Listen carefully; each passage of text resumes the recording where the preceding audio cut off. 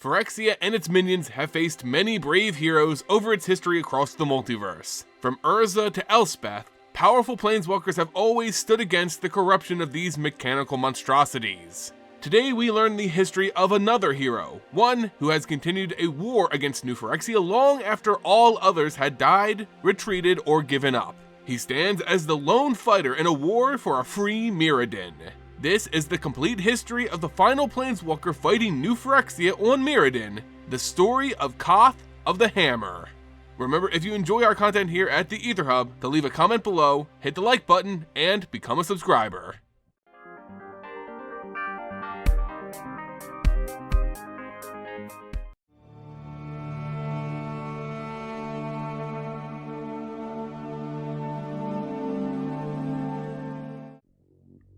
Karn, a golem that had been given sentience and a planeswalker spark, in his effort to gain understanding of the multiverse, created his own plane. Karn named this world Argentum. In Karn's eyes, Argentum was meant to be mathematic perfection, a world of true order in a multiverse that he had become disenfranchised with, one that had Karn experience endless tragedies, loss of friends, and the chaos that was Phyrexia.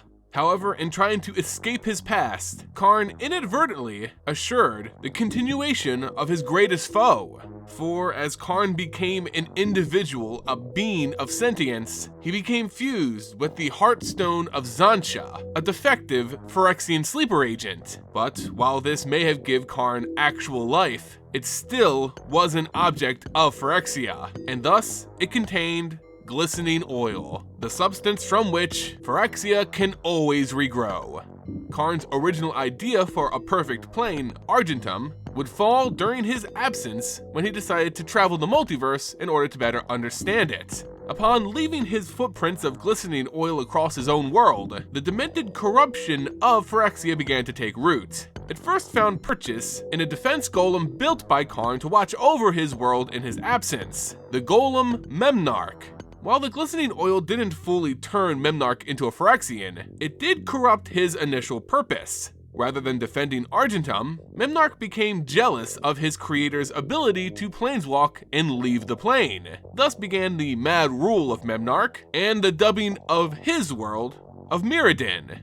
Mirrodin still was a mostly metallic plane, but Memnarch included more biological components to it. It contained 3 spheres: the surface, the furnaces, and the interior core. The landscape was dotted by copper jungles, razor grass, and quicksilver oceans, the furnace layer being a cavern of molten metal. From the plane's hollow core came the 5 suns, one for each color of mana, all created by Karn. Memnarch resided within the mana core, along with his constructs. Also at the core are the Mycosynth's towers that were the product of Phyrexian glistening oil. As Memnarch's mind began to madden further, his desire to gain that which his creator possessed reached a fever pitch. Memnarch desired a Planeswalker spark, one for himself. But Planeswalker sparks only reside within organic beings, living creatures, of which Argentum, now Mirrodin, had none. His master plan was to bring biological life to Mirrodin. Thus, he created portals throughout the multiverse that would suck in life and organic beings and deposit them on Mirrodin. Species from all over the multiverse began new lives on Mirrodin. Memnarch watching closely as the generations passed, scouting for any potential of a Planeswalker spark to transfer into himself. This is how biological life began on Mirrodin. Over the years, the melding of metal and flesh became more prominent for these species, each race slowly becoming more interlaced on Mirrodin. Eventually, Memnarch's madness would end, and Karn would return to his world. However, the glistening oil's corruption had spread, and this new biological life was already on the cusps of completion.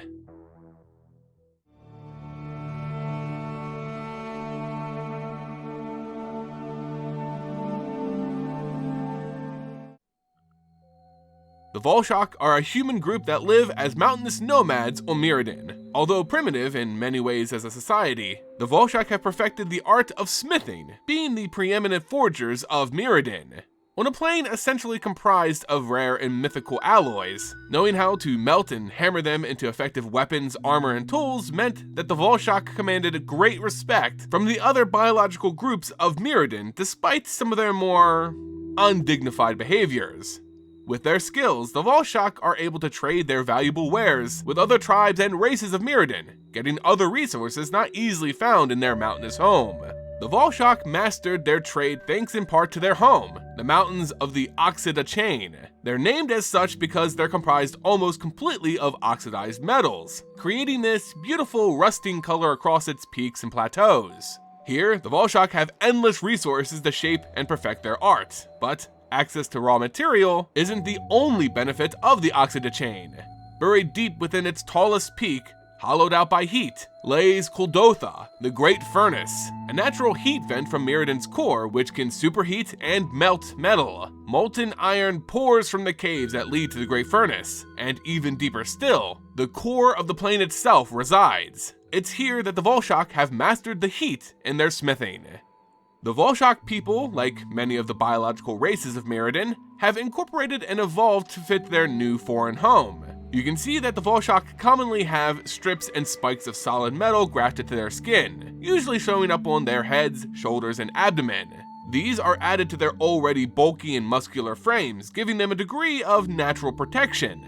As a more tribal group, many Vulshok choose to not wear much clothing, even when going to battle. Despite crafting some of the strongest armor on the plane, many elect to fight only in their natural skin. Along with their superior physical strength, the Vulshok are also gifted mages, keen to elemental spells. They've mastered offensive spells such as lightning bolts, fireballs, and earth shocks. They also routinely summon elemental beings alongside them in battle. While some do employ defensive magic, such as enchantments to the skin and protective barriers, their magic schools clearly focus on overwhelming strength in order to crush their opponents. They even enhance their weapons with magnetic forces so that they can return to the owner when thrown, which works perfectly for their all-in berserker style of combat. Vulshok society is broken down into tribes who, in the past, had warred against one another in an attempt to hoard smithing resources. But over time, a peace was forged, and now each of the 6 tribes play a special role in their people's community. The Anvil tribe, for example, specializes in making weapons. The Blades make up the bulk of the Vulshok's armed fighters. The Helm act as leaders of the Vulshok, while the Spear tribe specializes in magic. The Shield forges the greatest armor on Mirrodin, and finally the Hammer tribe, who act almost as peacekeepers and mediators between the other tribes to ensure a continued peace. It is from this tribe that Koth of the Hammer was born.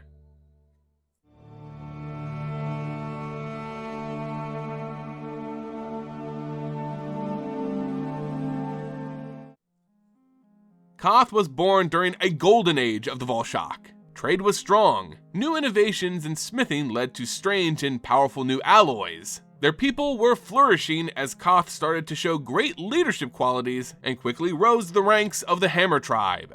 As their chief representative to the other tribes, Koth's mission has always been one of maintaining peace for his people. Although that peace had reigned for centuries before Koth, their ultimate test would come as the world slowly became corrupted by a still unknown Phyrexian threat. Unbeknownst to Koth and the Vulshok, the stirring Phyrexians at Mirrodin's core were spreading their infection across the crust of the plane. The first sign of their corruption showed up in the ore Koth and his people mined from the mountains. Though purified by Koth's own earth magic, the ingots they forged became brittle and inconsistent. No matter how many times they hammered and melted down their precious ore, the Vulshok found the metal unworkable and shoddy. Relationships between the tribes quickly became just as brittle. The faltering of their forge virtually ended their ability to trade with other races, cutting off valuable sources of food and water for the Vulshok.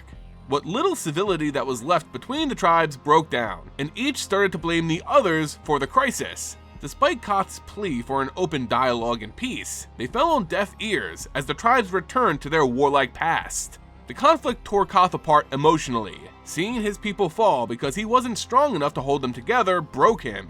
At his lowest point, the trauma of his failure was enough to ignite his latent Planeswalker spark, sending him tumbling through the blind eternities to another plane entirely. Little is known of Koth's initial planeswalk. but he quickly returned to his home, harnessing his new power in the hopes of saving the Vulshok. With his Planeswalker Spark, Koth could feel a surge of new power enhancing his already potent earth magic. Using this new source of mana, Koth began purifying the alloy his people used in their smithing, purging the Phyrexian corruption from it and restoring its strength, along with the strength of his people. With the blight seemingly lessened by Koth, tensions began to cool, and again the Vulshok returned to peace. That peace, however, would be short-lived, as the source of the corruption would soon become undeniable. The Phyrexians had clawed their way to the surface, sending the whole of Mirrodin to war.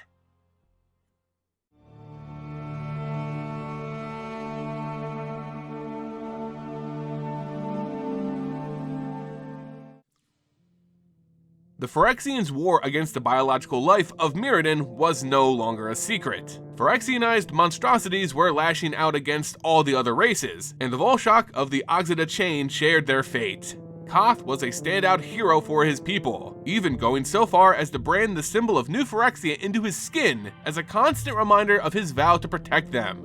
But he wasn't alone fighting for the Vulshok tribes. Other great heroes rose up in their people's defense. Koth of the Helm was one such hero. An old crone and leader of the Helm tribe, she helped coordinate the defense of the Oxida chain and the Great Furnace. She sent her forces to fight alongside an ally, Phyrexians, who commanded the Anvil tribe. Phyrexians was a true Vulshokan warrior, strong, true, and mad as hell on the battlefield. He was the tip of the spear sent by the war chief out on dangerous missions to head attacks against the Phyrexians. He also became a symbol of Vulshokan defiance against the Phyrexian incursion, someone all others tried to emulate and believed in. As such, he would routinely be sent as an emissary to the other tribes to drum up support. On one of these emissary missions to the Shield tribe, Phyrexians and his elite vanguard were ambushed by Phyrexianized monsters. In the ensuing battle, only 5 survived, including Phyrexians and Koth. The Shield tribe was completely wiped out, and soon Phyrexians' own Anvil tribe laid in ruin. Though Phyrexians fought bravely for his tribe, it wasn't enough to combat the seemingly endless Phyrexian forces. His people suffered heavy casualties, and Phyrexians was forced to venture out and make allegiances with not only other tribes, but other races, seeking aid from various goblin and ogre tribes who also called the mountains their home. Together, Phyrexians, Koth, along with their other Vulshokan, goblin, and ogre allies, faced the Phyrexian horde at the Battle of Oxid Ridge. Though initially the group fared well against the low-level Phyrexian constructs, their ranks were broken when a giant Phyrexian battle worm bored through the surface and decimated their army. To save their people, Phyrexians made the tactical decision to detonate an explosive device from within the worm. It was a risk, as the worm itself was now, essentially, a mobile bomb. When Phyrexians set off the device, the Phyrexian worm was destroyed, and with it, many of the other Phyrexianized beasts. But the devastation too rocked his own forces, even killing Koth, the leader of the Helm tribe. Racked by guilt, Phyrexians abandoned his rank and title of the Anvil, and went into self-imposed exile, wandering the mountains of the Oxida chain, slaughtering any Phyrexian he came across. That decisive battle only proved that their fight against the Phyrexians wouldn't be won easily. In fact, the Vulshoks were on the brink of utter defeat.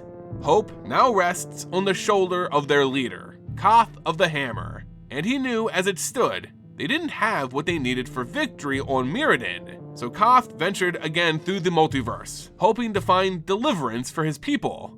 By chance, Koth would find himself on the plane of Dominaria, in one of its gladiatorial fighting pits, facing off against none other than Elspeth Tirel. Elspeth was busy drowning her own grief over the destruction of her adopted home, Bant, after the reforming of Alara. Using that grief, she attacked Koth viciously. While Koth was on the defensive, reluctant to strike against such a distraught combatant, Elspeth flew into a rage after seeing Koth branded with the Phyrexian symbol. Assuming he was a pawn of her long-hated enemies, those responsible for her personal torture and the death of her native plane, she swung to kill Koth, only being stopped by the timely intervention of a Johnny Goldmane, who was seeking Elspeth out.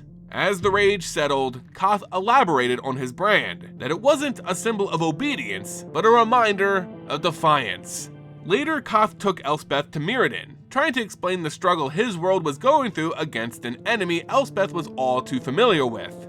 While on the surface, Mirrodin looked calm, Koth described the scenes of horror inflicted on his people by the Phyrexians, resulting in flashes of nightmares Elspeth had suffered from for years. With these flashbacks, Elspeth became inconsolable, lashing out and fleeing Mirrodin as Koth followed. Together they returned to Dominaria, to a place known as the Heroes' Memorial. The stones here told a story of heroes past who fought and defended Dominaria against the Phyrexian scourge. Koth had hoped to bottle Elspeth's fears away, freeing the warrior to help Mirrodin in its defense, but her fears controlled her more than Koth could know. Still, the ancient stones of this place did provide Koth with some useful information. Using his geomancy, the earth itself whispered a name: Venser, another planeswalker who could prove invaluable to Mirrodin's revolution.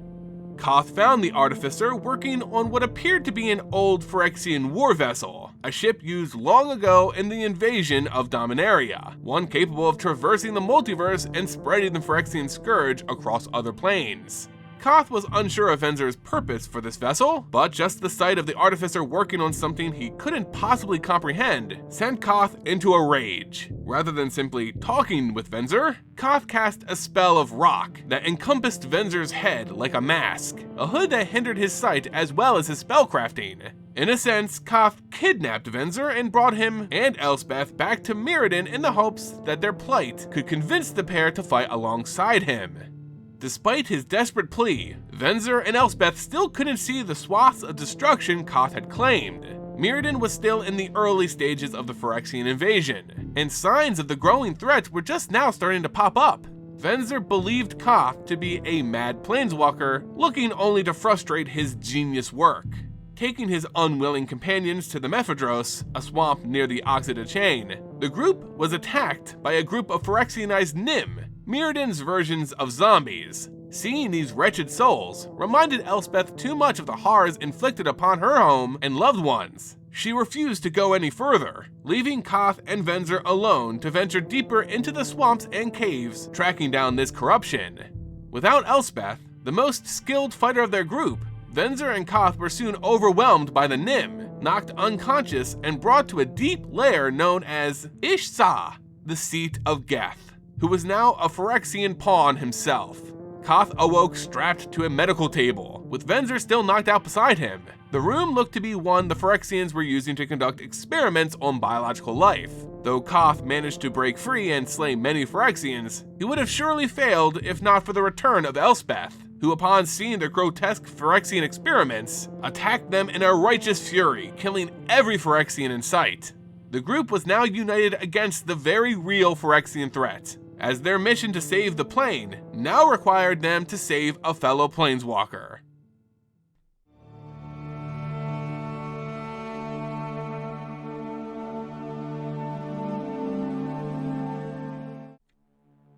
The corruption of Mirrodin ran deep, infecting not only the bowels of the plane, but now spilling out onto its surface and even gaining control of the plane's erstwhile creator, the artificial planeswalker Karn. Karn, who crafted this world prior to the mending, and having seen it fall before to a tyrant of his own design, was now himself corrupted by the Phyrexians' glistening oil, which was truly part of his own being. His body had faded to a tarnished silver as the Phyrexians and their praetor leaders now worshipped the golem as their father of machines. Though Karn fought internally to maintain control of his mind over this corruption, he could feel his will slipping. In one of the fading moments of clarity, Karn sent out distress drones to any possible allies out there, one of which being his old friend, Venser. One such guide found Koth and his companions, and led them further into the cavernous depths of Mirrodin, to the forge that would become New Phyrexia. At the Vault of Whispers, Koth and his friends watched as an army of Phyrexians marched through and advanced to the surface. The threat was now very much a reality. Their allies on the surface would now face a total war. Despite Elspeth's recurring nightmares, the group pushed forward, entering a number of disturbing rooms and caves full of disgusting Phyrexian research. In one, which appeared to be a surgical area, Koth found a Mirran named Melira. She was being experimented on because her body was completely free of metal, a unique sight to the biological life on Mirrodin. it was found that her body was completely immune to Phyrexias, the process by which the Phyrexians corrupted life and created new minions. Koth knew this Melira would be a powerful tool in the war to come. He freed the young girl and tried to escape with her back to the surface. On their way out, Phyrexians attacked in droves, sending waves upon waves of expendable forces to retrieve their prized prisoner. Elspeth flew into another rage, felling every monster who came at her, piling the corpses so high that she separated herself from the rest of the group. She even faced down 2 Phyrexianized angels, killing them without remorse. While their mission had always been to reach Mirrodin's core and rescue Karn, Koth's attention now turned to his tribe, his loved ones, fighting a desperate battle for their lives back on the surface. While he recognized saving Karn would prove useful in this conflict, he couldn't hold back the guilt of leaving his people to suffer without him. In a selfish move, citing their lack of progress towards the plane's core, Koth grabbed up Melira and headed back to the surface, hoping to use the young girl's power to help cure some of his friends who had become infected with the Phyrexian blight. While Venser and Elspeth chased after their ally, they were ambushed by a group of Phyrexians now led by the Planeswalker Tezzeret, who had always been in the background of New Phyrexia's rise, but had just started showing his true intentions on Mirrodin. Elspeth and Venser fought hard, but were exhausted, and soon they were overrun and captured. After Koth caught wind of his companion's defeat, he too had a moment of clarity and painfully regretted his decision to leave his allies behind. Koth returned with Melira and throttled the Phyrexian prison transport. Freeing Venser and Elspeth, using an explosion as a distraction, they hurried to the Phyrexian throne room.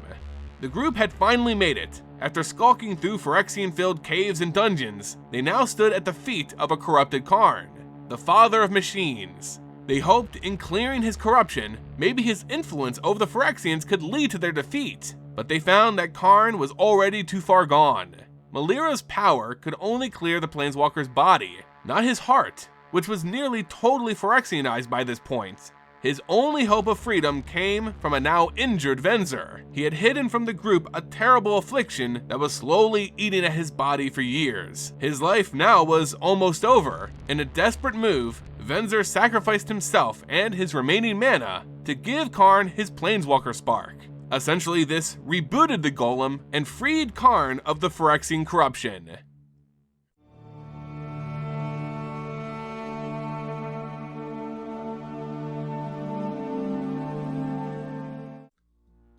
Although Karn was freed, his stranglehold over his former Phyrexian subjects was severed. Though he initially destroyed several Phyrexian forces upon his cleansing, it was merely a drop in the bucket. Still, Mirrodin had a new fighter in its corner, one who grieved over the loss of his friend and sought vengeance against the foe who took everything, including his world, away from him.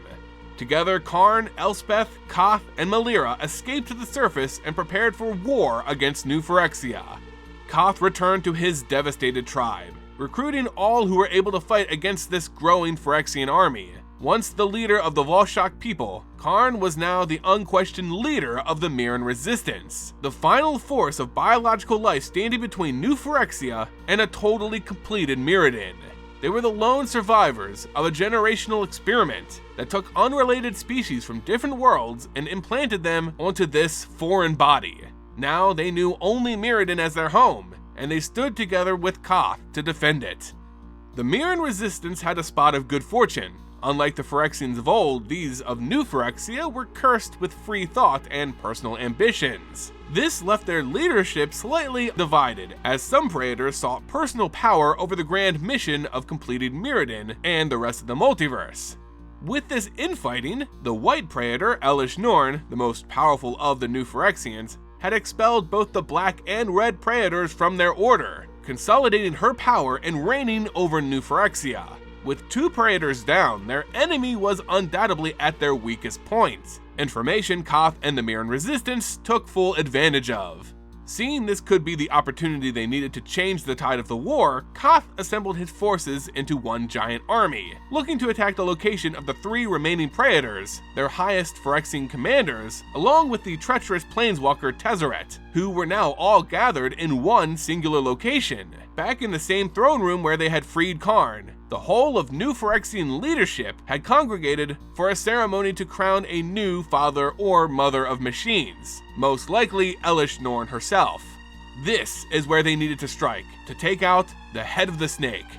Koth, Elspeth, and Karn looked over their forces and came to the conclusion that this endeavor could be for naught. They simply didn't have the army to take on the Phyrexians. This would be a scream of defiance, a show of fight that New Phyrexia couldn't ignore. They knew they couldn't win a drawn-out war, but they did have an ace up their sleeve. A large and powerful spell bomb engineered by Karn that could be used as their final stand. The mission? Deliver it to the heart of the throne room and dismantle New Phyrexia. Their mission, however righteous, was doomed from the start. Their forces were routed by the Phyrexians before making much headway into the plane's core, leaving Koth and Elspeth alone to make the dangerous journey.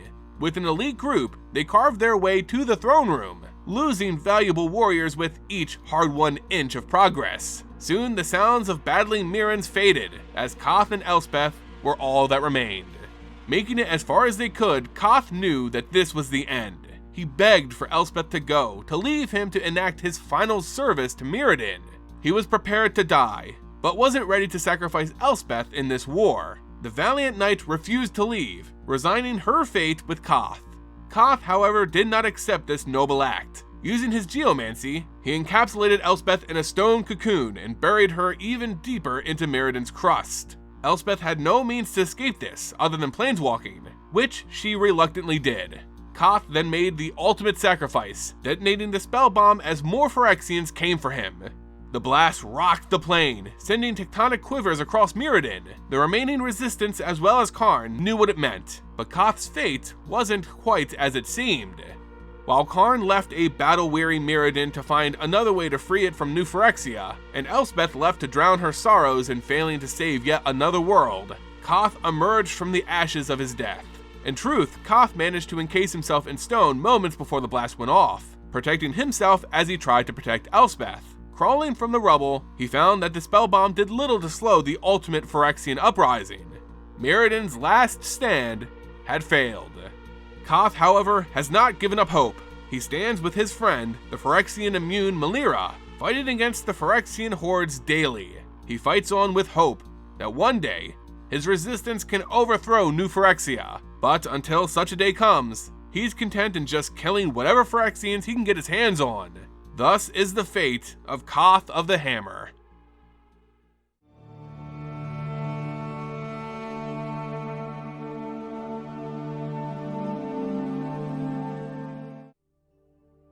As head of the Mirran Resistance, as ragged as it may be, Koth is still the best option currently on New Phyrexia to lead an assault against Elesh Norn. As such, he has been targeted as a potential ally by the likes of Tezzeret and the defected Praetor Urabrask. Tezzeret, secretly a double agent for the Phyrexians, has sought out Koth and acted as a messenger between he and Jace Beleren. As Beleren shores up more planeswalkers in the fight against New Phyrexia, an attack on their home plane is imminent. Connecting these two aligned forces is crucial if they expect to pull off this victory. Urabrask, once a foe, has also sought out Koth and the Mirran Resistance. He hopes to end the tyrannical rule of Elesh Norn, who stands against the independence that, as a Phyrexian, is quite unique for Urabrask. Despite their differences, if they wish to see a free plane, the two must coordinate their efforts.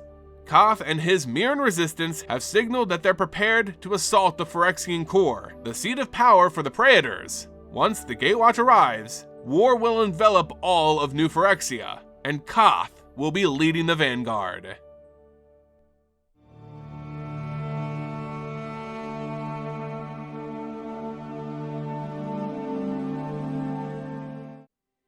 Koth is a character who has dedicated his life to freeing Mirrodin from the Phyrexian scourge. It's a story reflected in his self-inflicted brand that he uses to remember his promise to his people. He continues to fight on, alone, with dwindling allies as all hope seems to be lost. But as the story of Magic the Gathering continues to turn towards a fateful encounter with New Phyrexia, we will again be reunited with this stalwart planeswalker, who has, despite all odds, remained uncompleted by Phyrexia.